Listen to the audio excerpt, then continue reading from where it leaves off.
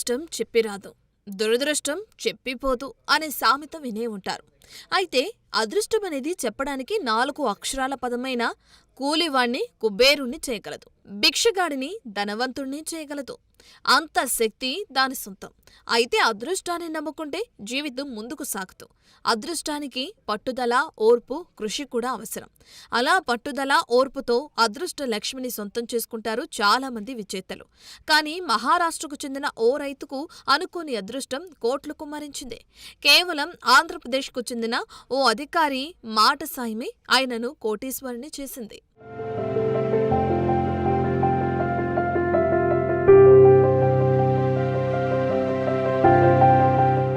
మహారాష్ట్రలోని యవత్మాల్ జిల్లా పుసద్ తాలూకాలో కర్షి అనే గ్రామముంది. ఆ గ్రామంలో కేశవ్ షిండే అనే రైతు తన 5 కొడుకులతో కలిసి నివసిస్తున్నాడు. కేశవ్ షిండేకు ఆ గ్రామంలో 2.29 హెక్టార్ల భూమి ఉంది. ఆ భూమిలో పలు రకాల పంటలు పండిస్తూ వాటి ఆధారంగా జీవిస్తున్నాడు. ఆ పొలంలో బావి, మామిడి సహా 10 రకాల చెట్లు కూడా ఉన్నాయి.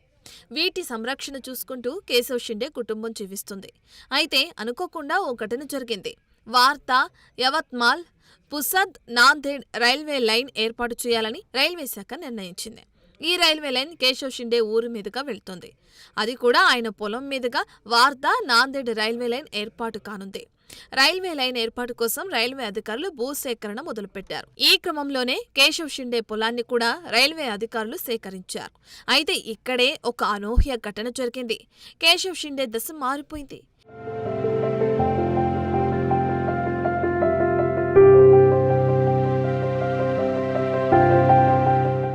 కేశవ్ షిండే పొలంలో రైల్వే స్టేషన్ ఏర్పాటు చేయాలని రైల్వే శాఖ నిర్ణయించింది. దీంతో ఆయన పొలంలో ఎక్కువ భాగాన్ని రైల్వే సేకరించింది. అయితే కేశవ్ షిండే పొలంలో ఎర్రచందనం చెట్టు ఉన్న సంగతి అనుకోని విధంగా బయటపడింది. కేశవ్ షిండే పొలంలో మామిడి తోటలు, ఇతర పంటలు ఉండేవి. కానీ ఎర్రచందనం చెట్టు ఉందనే సంగతి ఊహించని విధంగా బయటపడింది. నిజానికి ఆ చెట్టు వారి పొలంలో ఏళ్ల తరబడిగా ఉన్నా వారికి అది ఎర్రచందనం చెట్టు అనే విషయం తెలియలేదు.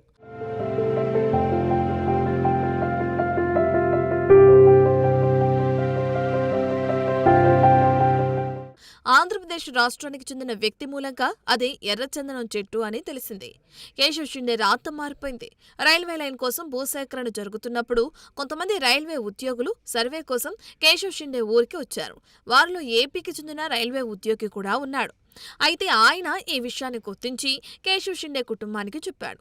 దీంతో షిండే ఫ్యామిలీ ఆనందానికి అవధులు లేకుండా పోయాయి. ఆశ్చర్యంతో కూడిన ఆనందంలో ఆ ఫ్యామిలీ మునిగిపోయింది. పొలంలో రైల్వే లైన్ వెళ్తుండటంతో కేశవ్ షిండే పొలానికి రైల్వే శాఖ పరిహారం అందించింది. అయితే తమ పొలంతో పాటు అందులో ఉన్న ఎర్రచందనం చెట్టు, మామిడి తోటలు, బావి, భూగర్భ పైప్ లైన్ కు కూడా పరిహారం చెల్లించాలని కేశవ్ షిండే ఆయన కొడుకులు డిమాండ్ చేశారు. దీంతో ఎర్రచందనం చెట్టు ధరకు లెక్కగట్టే పనిలో రైల్వే అధికారులు పడ్డారు. కేశవ్ షిండే పొలంలోని ఎర్రచందనం చెట్టు విలువ లెక్కగట్టాలని అటవీ శాఖకు లేఖ రాశారు. ఈలోపు పొలంలో ఉన్న మామిడి చెట్లకు అధికారులు పరిహారం చెల్లించారు. అలాగే బావికి 8 లక్షల రూపాయలు పరిహారం ఇచ్చారు. కానీ భూగర్భ పైప్ లైన్, ఎర్రచందనం చెట్టుకు ఎలాంటి పరిహారం అందలేదు. దీంతో కేశవ్ షిండే కుటుంబం 2014 నుంచి జిల్లా కలెక్టర్, అటవీ, రైల్వే, నీటిపారుదల శాఖ అధికారులను ఆశ్రయించారు. అయినప్పటికీ ఎలాంటి పరిహారం అందకపోవడంతో 2024 అక్టోబర్ 7న హైకోర్టులో పిటిషన్ వేశారు.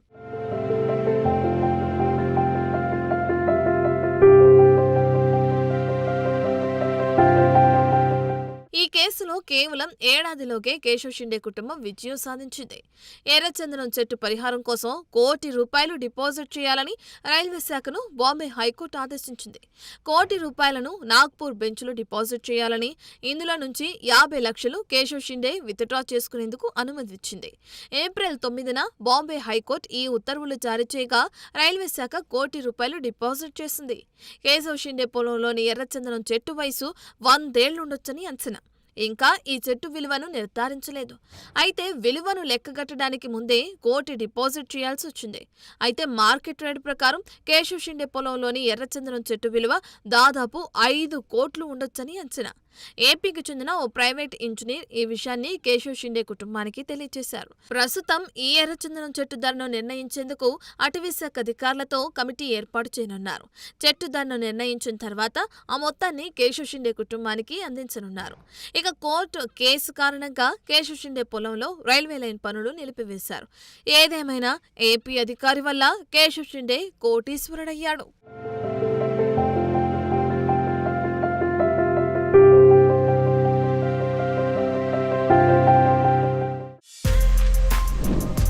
For more videos like this, subscribe Big TV channel.